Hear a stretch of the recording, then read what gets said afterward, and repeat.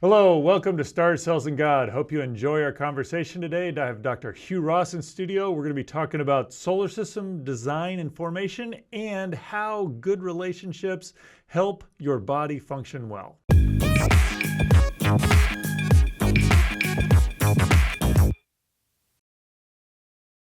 Hugh, it's good to have you in the studio today. I'm just going to throw the ball right over to you and let you dig into what we found about the solar system formation. Well, Jeff, I'm all excited because this paper got published literally just 6 days ago in Science Advances. All right. And it's resolved an anomaly that's been plaguing me literally for 25 years. Okay. And just a thrill. They've solved the anomaly, and the anomaly really fits well in the biblical creation model we've been developing here at Reasons to Believe. Well, it could give like a 2-minute overview so that we know what's the anomaly, why is this important from a science faith apologetics Well, the issue? anomaly is, how do you explain how our solar system got the elemental abundances it did without being destroyed? Because you need a bath of short-lived radioisotopes impinging on the solar system, basically to eliminate those elements that are going to be a problem for the origin and survival of life. Okay. But the problem is, it's been okay to get enough of these short-lived radioisotopes to do the job. You're going to need a supernova so close, it's going to destroy the solar system. Oh, okay. So these elements that we're talking about are generated in supernova. When our sun was formed, it needed to be close to a supernova. Needed to be close to a supernova, but presumably not so close that the solar system disrupted, or the supernova disrupted the formation of the solar system. Right. That's right. okay. That's the implication. Very good. And it begins with a paradox. I mean, we all know that if you want to have life, you need carbon, you need nitrogen, and you need water. Mm-hmm. But what's interesting about the planet we're on, it's got 2,400 times less nitrogen than other rocky material in the universe, 1,200 times less carbon, 250 times less water, and yet we got abundant life on the planet. Mm-hmm. And it makes the point that if you have too much carbon, it basically eliminates the possibility of life. Because How so? Well, if you got a lot of carbon, notice carbon is a light element. Mm-hmm. So if you got a lot of carbon in the planet that's forming, you're going to have a thick atmosphere loaded with methane, loaded with carbon dioxide, loaded with carbon monoxide. These are greenhouse gases. And so it's going to make the planet really hot. Moreover, the atmosphere is going to be so thick, no visible light will get through to the surface of the planet. So you really don't... So this is something like we see on Venus, where Venus has I think it's almost exclusively carbon dioxide, if I remember correctly. Right, I mean, right. there is trace elements of other stuff, but it's like 30 or 40 times more dense than Earth's atmosphere. 90 times more dense. 90 times more dense. So yeah, and even then, Venus is exceptionally poor in carbon and nitrogen and, of course, water. Okay, so this is a pretty dramatic effect then. We're not talking 90 times. We're talking 1,200 times for carbon, 2,400 times for nitrogen. Nitrogen's not a greenhouse gas, but it enhances the greenhouse effect. So you don't want a lot of nitrogen either. Okay. And then we got very little water. Right. But how... Now, expand on that a little bit, because it's hard to argue that Earth has not that much water because most of the Earth's surface is water. So just expand on that so people get the connection, because that seems counterintuitive. Yeah, it does. And hey, you're aware of this, Jeff, that water is quite abundant in the universe. Hydrogen, too, is the most abundant molecule in the universe. Right. Hydrogen 3 is second. H2O and OH are third. Right. So the universe is soaking wet, and we're actually finding Earth-like planets. The problem is they got like 500 to 1,000 times more water than our planet does. And if you got that much water, you're going to have oceans really, really deep, assuming it's at the right temperature where the water can be liquid.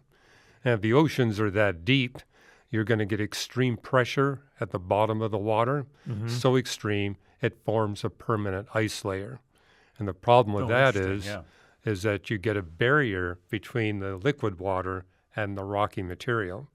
And if that's the case, you can't get any chemistry for the origin or the maintenance of life. Well, it would seem to also be a problem that if you got too much water, it's just going to be so deep, the continents, and You're not going to get no land continents. will come up above that. No land which will is come not up about it. necessarily against life itself, but certainly against any sort of complex life, because Against complex life, right. but I'm saying you're not even going to get primitive No, that life makes if the sense. oceans are really deep. And so what astronomers have been looking at are what they call primitive meteorites. This is rocky material in the asteroid and comet belts where we know these little rocks formed at the beginning of the formation of the solar system. So they retain the signature of what was going on in the early universe. And what we notice is that you see the daughter products of short-lived radioisotopes. I mean, like iron-60 is a short-lived radioisotope. Short-lived meaning? A few million years. A few million years, okay. Yeah. So this is astronomically short, not humanly astronomically short, right. And so, but that's going to have a big impact when the Earth is just forming, because it's going to be bathed in the radiation from aluminum-26, iron-60, calcium, manganese-53, beryllium-10, chlorine-36, and calcium-41. Those are the 6 that we know were abundant because we can see the decay products in these primitive meteorites. So we got a good idea of the bath that we receive from these short-lived radioisotopes. So before these primitive meteorites were formed, shortly, within a couple, on the order of millions of years, there was a supernova that went off close enough to inject all that into our solar system, or the materials that's forming these. Without a supernova, you're not going to get the necessary abundances of these short-lived radioisotopes. So that's well established. The anomaly is, if the supernova is far enough away from the sun, we can explain how you can get the iron-60 and the manganese-53. That can be explained. What we can't explain is the other 4. Why is that? Because it seems like the supernova is just going to inject all of them. So if you can get a couple, why don't you get all 6? Well, you're going to get, when you get a supernova, you get a lot of iron-60, you get a lot of manganese-53. You don't get so much of the other 4. So it just produces less. The supernova produces less. Okay. And so how they would solve the problem is, we'll just bring the supernova closer to the emerging solar system, and then we can get all 6. The problem is, and the anomaly is, if you bring it closer, then the radiation from the supernova basically destroys the planetary disk. So the star will survive, but none of the planets will. Right, okay. And so that's been an ongoing anomaly literally for a quarter of a century. And so people have been playing with it, saying, maybe we don't have just one supernova, but several supernova, and they have different explosion times. They've been trying to work out. But all the models that have been presented, they can't figure out how you can get all 6 of these short-lived radioisotopes at the abundance levels that we see in the primitive meteorites. Right. Without having a model that would predict that, hey, you're not going to get any primitive meteorites at all. They're all going to get destroyed. There's going to be no planets. There's going to be no moons. How do we make this work? And so they've been playing with ideas. Well, maybe if we make the sun's birth cluster, the star cluster which it was born, say 20,000, 50,000 stars, like you would have in a small globular cluster, maybe we can make that work. But that's got other problems. Is that just because you get enough of those things happening that it kind of mixes in more uniformly? Or well, you got them exploding at different times, so you get enrichment at different times. Okay. But those models weren't working either. Moreover, you got the problem, if that's where the sun is born, how does it get ejected? Because if you got something like a globular cluster, there's a lot of gravitational pull. So it's hard for the sun to escape to the distance that it does. This paper that got published solved the anomaly. And basically, they reviewed all the old models and explained why they don't work. But they said the problem is this. We're trying to explain the abundances of all 6 of these short-lived radioisotopes by direct injection. Okay. Where the supernova directly injects these short-lived radioisotopes. And it works in this sense. We know that a supernova produces those short-lived radioisotopes, right? And they're going to be beaming out from the supernova. So direct injection is a reasonable idea. But what they point out is if you try to explain all 6 with direct injection, now you got to bring the supernova within less than a light year of the solar system. Right. And if you bring it that close, you're not going to get the planetary disk surviving. Yeah. So what they came up with was a novel idea, which is let's keep the supernova far enough away that it's not going to destroy the planetary nebula. And they worked out that about 3 1/3 light years is the optimal distance. Okay. And then they said it's going to pour out lots of iron 60 and manganese 53. So they said that gets directly injected. The other 4, a tiny amount gets directly injected, but the vast majority get produced by nonlinear nucleosynthesis. And so they came up with a model basically explaining if you got a supernova exploding and it sends out a powerful shock wave, that shock wave can be strong enough that it shrinks the heliosphere to inside the Earth's orbit. Okay. So that's a pretty powerful shock wave, but they Right. said there are supernova that produce shock waves that are powerful enough to actually do that. And if you actually push the heliosphere inside the orbit of the Earth, you now have this shock wave which will actually induce nucleosynthesis right at the area where the Earth is forming. And so they said most of the beryllium-10, most of the aluminum-26, the chlorine-36 and calcium-41 actually is produced by in situ nucleosynthesis. And the difference is this. We have that happening by thermal nucleosynthesis in the furnaces of stars. So basically you got the gravity of the star, which produces the heat, which drives the nucleosynthesis. This is a different mechanism where you got, this stream of relativistic particles coming up from the supernova with a powerful shock wave, and at the bow of the shock wave, it actually generates limited nucleosynthesis, but enough to explain the other 4, the beryllium-10, the aluminum-26, the chlorine-31, the chlorine-36, and the calcium-41. So they said, for the first time, we got a model that actually explains all 6 of these short-lived radioisotopes that we see demonstrated in the abundances of these primitive meteorites. So I mean, I can see. Okay, so the idea that you've got the iron and the cobalt produced in the supernova, and that's just injected in. And then, if I get what you're saying, there's a shock wave that basically the shock wave of the sun, or the hitting the heliosphere. The heliosphere of our sun, that gets hit by a shock wave, and in that heating, that interaction, you get other of these elements produced.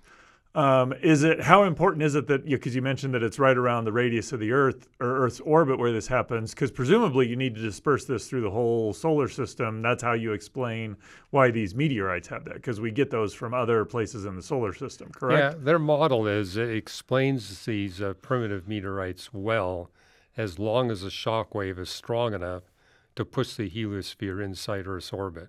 Is that just because, so it's not so much the location, is that it's strong enough that you get that much interaction and that much heating going on? It has to be strong enough to generate non-thermal nucleosynthesis. Okay. Because that's not an easy thing to pull off. But they said, hey, it does work if the shock wave is like that.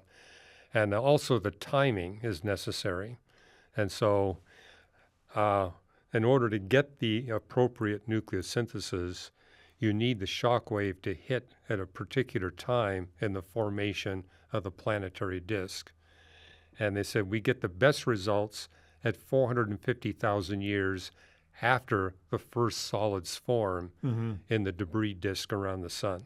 So is it causing the nucleosynthesis with the debris that's already in the solar system, or is it the debris that's coming from the supernova is going further nucleosynthesis? You get a little bit of both going on. Because I would think the shock wave would probably get there before the particle, or at least I don't see how the shock wave gets there before the particle, or the shock wave gets there after the particles. Because No, I think they get there about the same Okay, time. so what's coming in the shock wave is going to have nucleosynthesis interacting with the debris in the solar system is going to do the nucleosynthesis, Right. and that's going to enrich our solar system in that way. So Right. is this is there something about I mean, obviously there's something a little unusual about this. Is this just a detail that we haven't been able to investigate before, or is there something unusual about the supernova that allows this to happen? Well, the new thing is they say, hey, we've been trying to make all these models work only looking at direct injection. What we've overlooked is what they call the immersion model, which is the idea that in addition to the direct injection, you're getting on-site nucleosynthesis happening. And it says if we combine those two in just the right way, we can actually explain the abundances that we see in these primitive meteorites. Okay, so people had been looking at the immersion models before; they just weren't sufficient. Not really. That was my question. What is it that brought that to light? Is this something that's a new detail that we just hadn't been able to explore, or is this just a novel idea they've come up with altogether? Well, people were aware that this kind of nucleosynthesis could happen, but this is the first time I've seen the scientific literature. Hey, let's actually apply this and see if it can explain the relative abundances, the implied relative abundances of short-lived radioisotopes that we see in these primitive meteorites. And so now they're able to put the supernova out about 3 or 3.5 light years from the sun, which means not kind of a problem with a supernova destroying the planetary disk. So that works. But they also had to fine-tune. So you got to fine-tune the distance. If it's too far away, you don't get adequate enrichment. If it's too close, you wind up destroying the planetary disk. Right. So you have to fine-tune the distance. Well, and I assume that those parameters are also influenced by the power of the supernova as well. Yes. Well, you need a supernova powerful enough that you're going to be able to get adequate in situ nucleosynthesis. But they also discovered the timing of the supernova eruption likewise must be fine-tuned. No, that makes sense too. So you need to fine-tune at a certain time after you get the first solids forming. In our solar system. In our solar system. So there's a timing of our solar system forming from when the supernova goes off. Did they give any what type of supernova is this? Is this one of the more powerful supernovas? Is it just big enough? I'm just curious what sort of details, or did they go into that? They didn't really go into that. They were more interested, can we solve the distance problem? And they basically said we can. We can keep the supernova far enough away that you get the enrichment you need without destroying the planetary disk. And they're also very interested in the timing. What's the best time to actually explain the data that we see? And there's a range. I mean, you could actually get something happening as soon as 200,000 years after the formation of solid material in the planetary disk that's forming around the sun. You can make it as late as 700,000 years, but the best date is 450,000. Gotcha. And likewise, there's a little bit of leeway in the distance. Like 3 light years will work, 3.5 light years will work, but optimal seems to be about 3.3 light years. So 3.25. No, this is cool. So is there any... how to ask this question? Is this just hey, we have a model that now works, or is this we're convinced this is the model, this is what actually happened? Well, this is the first time people propose this dual model, where it's going to be direct, injection, plus you get in situ nucleosynthesis. So they're basically saying, hey, we got the ball rolling. Let's go to the next step, because this is really resolving the anomaly. Right. And the other thing that they didn't discuss is this explains some of the abundances we see in the Earth, but not all. So, my point is this explains in part the abundances we see. And also we notice as you get different abundances for the gas giant planets than you do for the rocky planets than you do for the sun. And so there's actually a 3-step process. The supernova blasts out all these, short-lived radioisotopes, and the heat from that is going to dissipate a lot of the carbon and nitrogen and water. So it explains why our solar system's planets are so poor in carbon, nitrogen, and water. but the Earth is exceptionally poor in those things. Mm-hmm. And so two other things must happen. Number one, we know that the sun is exceptional in that it transferred a lot of angular momentum to its rocky planets. Okay. It's also exceptional. It transferred a lot of refractory elements. And, we astrophysicists basically classify all the elements heavier than helium into two categories, volatiles and refractories. And the difference is the volatiles easily evaporate. Mm-hmm. That would include carbon, nitrogen, and water. Right. And then the refractories would be things like iron, tungsten, uranium. I mean, they don't evaporate, not at extreme temperatures. Things that tend to form solids pretty easily. Yeah, metals, heavy metals. And so that transfer from the sun explains why our rocky planets, compared to other rocky planets, have such high abundances of these refractory elements. However, when you compare the Earth with Mercury, Venus, and Mars, we see that it has a much higher ratio of these heavy elements and a lower ratio of carbon and nitrogen than they do. And so there must be a third factor. And the third factor is that the early solar system had 5 rocky planets. One of them, Theia, colliding with the Earth when the Earth was still just past its formation stage. And that collision eliminated Earth's thick atmosphere and Earth's thick layer of water. And so we wound up with a much thinner atmosphere and thinner layer of water as a result of that collision. So 3 things are necessary to explain this exceptional abundance that the Earth has. But step 1, you need the supernova. Well, no, and this is interesting, and I want to just explore for a second, if you don't mind, is that I remember, people were looking at moon formation models, and did it capture an asteroid, something large? Did the Earth spinning so fast that the Pacific Ocean went out? There were various ideas out there, and none of them seemed to work until you had this collider where something Mars-sized collided with Earth. And even that was hard to make work because you tended to either destroy the Earth or you didn't get a moon, one of the two out of that. And so I remember, this is probably 20, 30 years ago at this point in time, where they're looking and saying, oh, hey, we actually have models of this that works now. Now, in the meantime, we've learned a lot about what that might look like, but that was kind of the first one where it says, okay, it at least at least matches what we need. Yeah. But it was a little hard to say exactly what happened. I'm wondering how much of that, it seems like that's kind of going on here. It's like, oh, we at least now have something that works. Are you saying that this is the explanation? Are you saying, hey, it's something like this, we need to refine the details and work out the details? I'm saying we need to work out the details, but I'm also saying this is it because, hey, it's not just one mechanism that explains it. We need 2. So it's not just direct injection. It's direct injection plus in situ nucleosynthesis. Might it entirely be something where, not entirely, might it be something where not only do you need that, you need something else to play there? Because It seems like at least some of this formed out of, we could explain the iron and the cobalt. It was when we got, those are the easier to detect, I imagine, too. When we got the other ones, it's like, okay, wait a second, it's harder to explain these others. It seems like the details actually prompted some of this problem, if I'm not correct. Yeah, that's correct. They could explain the manganese, they could explain the iron, and we know those are kind of the most abundant short-lived radioisotopes that supernova produce. Right. It was getting the other 4 that was a problem. This is the first time a team of astronomers has been able to get the abundances correct. Right. Do they have all the details worked out yet? No, but we're well on the way. And looks like we got this basically takes care of the anomaly.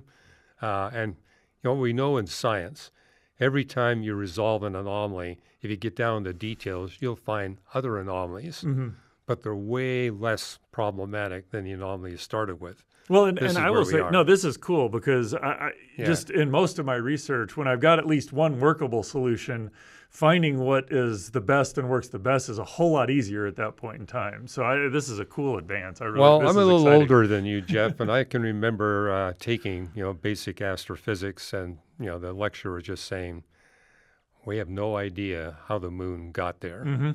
And they went through all the models we have of the moon, and he says, all we're left with is that the moon is a miracle, but none of us believes it's a miracle. We just have to throw up our hands. Mm-hmm. And what really resolved it, because they were actually thinking about, well, maybe there was a fifth rocky planet that collided with the Earth. The problem was they were assuming that this rocky planet collided with the Earth when it had an ocean similar to what we have today. Mm-hmm. What resolved it, and they realized, oh, wait a minute. The Earth at that time had an ocean about 1,000 kilometers deep. Right. Now you get a very different collision scenario. Right, yeah. And one that actually explains how the Earth wound up the way it is today and how we got the moon. Right. So that was a big breakthrough. Similar to this, once people thought, hey, if the ocean's deep enough, we can make this work. Now they're saying, hey, if we got in situ nucleosynthesis, we can make this work. So in one sense, this is deja vu. Exactly. No. Well, not only deja vu, this sort of stuff, my impression is this happens a lot of the times, because I could very easily see this saying, oh, we've got this one mechanism that adds another thing. Now people are going to ask, what other mechanisms might add that? And so I could see a wealth of models that are all in this class where it's this and this, or this and this and this type models, which are, as you've pointed out here, there's a lot of tuning that needs to go on in that often to get it to work, or we would have found it a long time ago. Well, what's interesting is how this paper ends, because it says now that we've resolved this anomaly, we think there's going to be a whole lot of planets like Earth that we're going to discover. Oh, yeah? Yeah, because they said, before we resolved this, we said Earth has to be so extremely fine-tuned, we're not going to find another Earth that could possibly have life. Now they're saying, hey, maybe we need to be more optimistic about finding habitable planets like the Earth. But of course, what they overlooked was the supernova only explained some of the, as I mentioned, we need two other events to happen. Right. You need the sun to be able to transfer refractory elements, and you need this collision event. And moreover, what they did point out in the paper, you got to fine-tune the distance, and you got to fine-tune the timing. So I take a different point of view of what they said. This is not telling us that Earth is extremely common. It's quite the other way around. Guys, you got to fine-tune the timing. You got to fine-tune the distance. I think what was encouraging most to me is they ended up the paper saying, we no longer need a birth cluster for the sun with 20,000 stars or more in it. We can get by with 1,000 stars, which makes it a lot easier to understand how the solar system got ejected from its birth cluster to where it is today. And how the birth cluster can be close enough to the galactic center where you're going to be able to get the right kind of supernova to get the enrichment. So in one sense, I think they've resolved two anomalies, not just one. But I also think if you look at the whole picture, the design argument that, hey, you need a supernatural being intent on bringing human beings on the scene, carefully fine-tuning, controlling this all the way to really explain how we have our planet the way it is. And I think this is common in science. You get specialists who only look at one piece of the puzzle and think, hey, this is all we need, when you realize, wait a minute, there's a bunch more pieces you need to look at. Well, and there's another aspect of this that I think, you were talking about how, well, it's like your professors were talking about, here are all the models for the moon and none of these work, so we need a miracle. It's interesting, that description, because there's this look at say, okay, nothing works, and we know quite a bit, but nothing works, so it seems like there's something miraculous. Well, okay, so now fast forward, that miraculous intuition, if you will, was because of our lack of knowledge, or rather because of our lack of specifics of how did it work. Well, now that we have, okay, no, it does need to be this sort of collision, we're now got a whole lot more details pinned down of what the collision must look like, and it looks really unusual. Well, so it's like, as we figured out the mechanism, it's not like you just say, oh yeah, the moon is run of the mill. It's like, no, it really does look unusual, even if we have a mechanism behind it. And I think that's what I find is that we see God's handiwork in what we know, not where we just don't know. The places where we say, okay, we don't know, is going to be a sign that there's going to be handiwork there. Yeah. But even as we map out the handiwork, it still looks remarkable. Well, I remember what happened in 2013 where people were looking at these moon-forming models and saying, there's way too much design here. We got to find something with less design. You guys have got to redo all your models. they redid all their models. They wound up with more design. Right.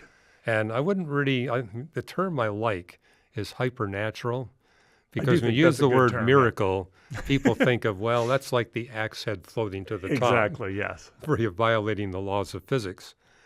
Nothing in the moon forming event violates the laws of physics, but you're not going to get the outcome unless you got somebody really tweaking it to an incredible degree.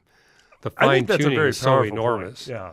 And I think people outside the Christian faith need to realize most of the, quote, miracles God performs are hypernatural, where God's not violating the laws of physics, but he's working within the laws of physics in such a way that it has to be a mind with incredible power at his disposal in order to explain the outcome.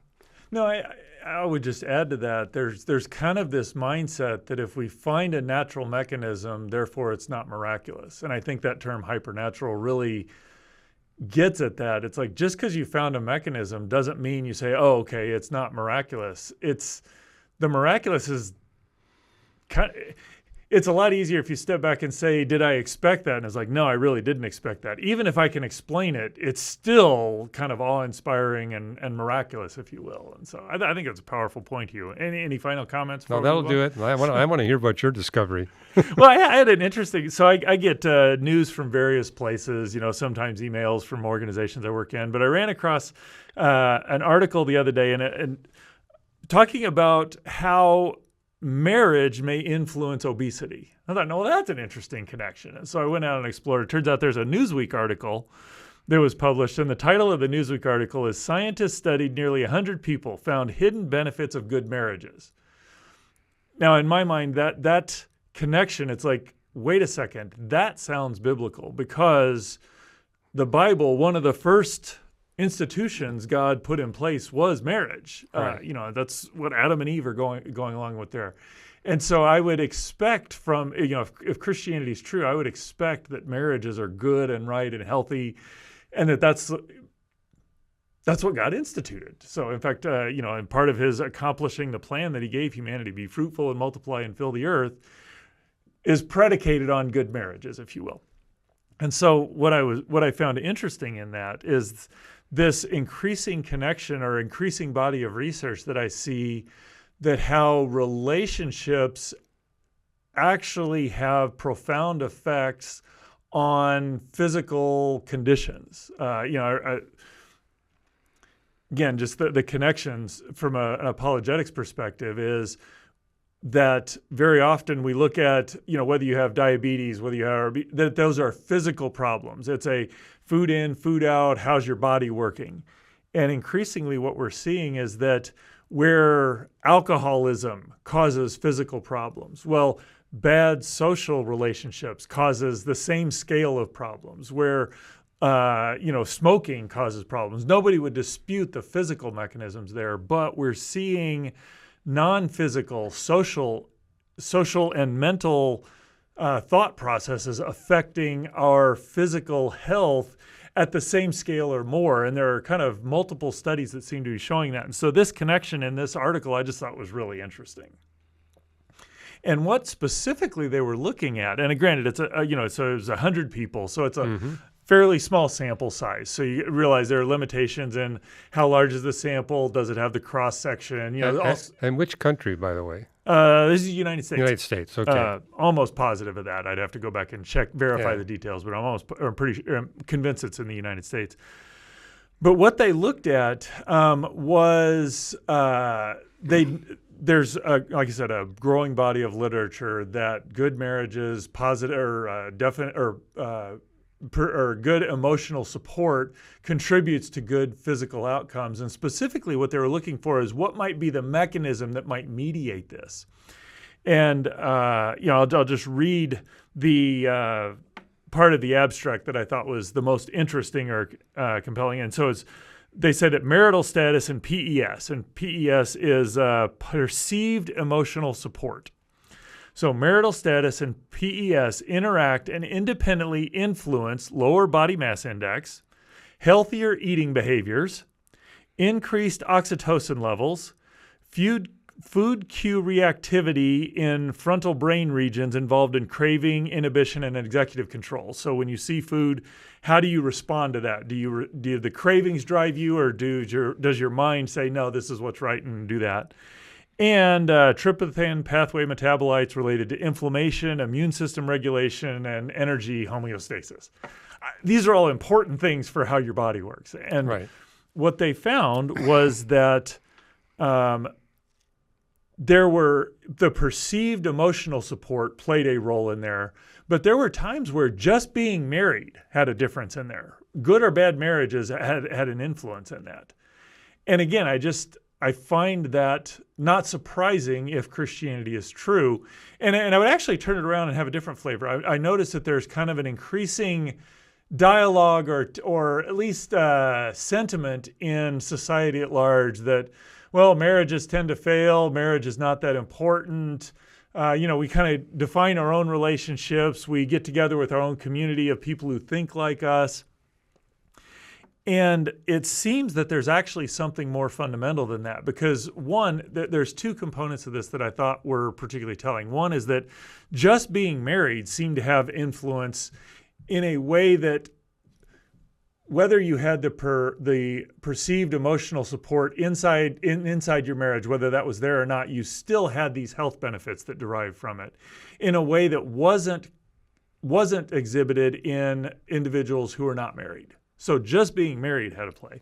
Well, that's been around for a century, Jeff, where you know, men who are involved in a happy marriage live quite a bit longer than men who are single. Mm-hmm. So that's not new. I think what's new is they're actually finding out how this actually works. Agreed. And then there's another component. It's the perceived emotional support, which I think is interesting because that perceived emotional support has an objective component of, do you have people around you who support you?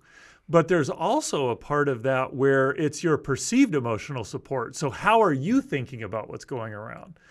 Which is something that you see throughout Scripture that Paul, Jesus, throughout the Old Testament, we're encouraged to be thankful, give gratitude, don't worry about things. That those aren't just random commands I'm coming to appreciate, is that those, if you are grateful for what's around, you will receive emotional support better. If you're anxious, you're going to be, the emotional support you get is going to be harder to receive. And so we actually have a capacity to influence how we receive the emotional support is around. And what they're finding is if we have perceived emotional support, which we can make a conscious decision to receive well, and if we're married and are in good marriages, and I think this is important that we're aiming towards good marriages, not just being married, but that actually has a measurable physical effect on our health.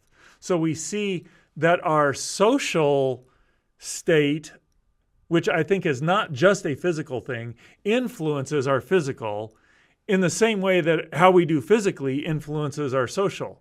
And so, if Scripture describes us as a union of physical and spiritual, that there's a physical component and an immaterial component, and we're seeing that interaction at play here. There's a lot of details they talk about how does that play out and how does the way the relationships work increases oxytocin. That has these numerous good health benefits, but they're showing this kind of neat connection, very similar in some sense, I would say, to the discussion you were saying.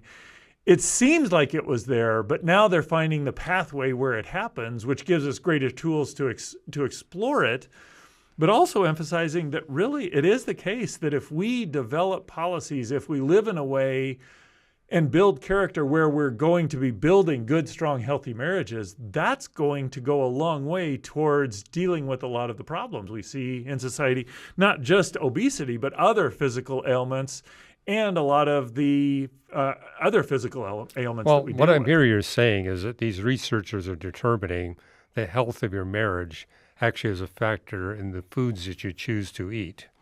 It will influence the cravings that you have and your ability to if you're craving something that's unhealthy, you have to have the executive control to say, no, I'm not going to do that. The better your relationships are, the better you are to use your intellectual and other resources to not submit to the cravings. Hey, dear, only one dessert. Now, did they deal with the fact that, hey, okay, you're consuming the food? I would expect that your state of mind and how you consume the food would be another factor. Did they deal with that? They didn't, to my knowledge and reading through the study, they weren't looking at that. They were just looking at, they talked about what you ate, when you ate it, and then did this kind of multi-variate way of gathering information about your emotional state, cravings, so that it was what you ate, and then as they looked at these other diagnostics of what was going on. And so there was nothing I saw in there that said, what was the state of mind while you're eating? I think it was looking more generally in how was your emotional, social state over time, not in any specific instance, if you will. But that'd be something to pursue with future research. Oh, exactly. And I would expect to see more. And again, like I said, this is not the first. I'm an astrophysicist, and I like reading the physics and more. That's where I'm really interested. But it's kind of amazing to me how many of these sorts of studies, Mark Perez, one of our colleagues that we work with here at RTB, was talking about how we have this innate cognitive bias to remember the barriers that we've encountered and forget the blessings that we've received. And so, again, you read through Scripture about how we're supposed to be focused on gratitude and grateful for what we have. You see that as a mitigation against that cognitive bias we have. But in doing that, we're also now able to eliminate some of the negative consequences of that cognitive bias, because you can show that people who are more focused on their perceived slights and inequalities and inequities and things that they've experienced wrongly, the more they're focused on that, the more likely they are to behave in a morally unethical fashion. Well, it sounds like, Jeff, you're advocating that we should be praying and giving thanks to God before we eat. I'm saying we should be praying and giving thanks to God all the time. Okay. But even more important than that, where God says, hey, I am a relational being. God in his person, one God, three persons, is inherently relational. He's created us in his image. We are inherently relational. If we don't pay attention to the relationships, we do that to our own peril. In the same way, I don't just get to say, well, I'm just going to drink alcohol. I'm not going to worry about it. There's going to be damage come from that. If you say, well, I'm going to smoke, I just don't care, there's going to be damage from that. Well, I'm just going to not worry about my relationships, there's going to be damage from that. Right. And I do think this is a great validation or affirmation that Scripture's description of humanity is correct. And not only is, I think, Christianity true, it's good, because if we focus on relationships, not only are we just going to enjoy life more, it's going to give us better health as an outcome to that as well. Also explains why the Bible's got so much to say about relationships and marriage. Amen. So it's good for your health. Well, very good. I hope you've enjoyed our conversation today. I want to encourage you to drop down in the comments below. Let us know what you think in the discussion below. Make sure you like this video, subscribe for more content. We release new episodes of Stars, Cells, and God each Wednesday here on YouTube and on your favorite podcast app. I want to encourage you to share this video with a friend, have a good conversation with them, and remember, the more we know about science, the more reasons we have to believe in the God of the Bible.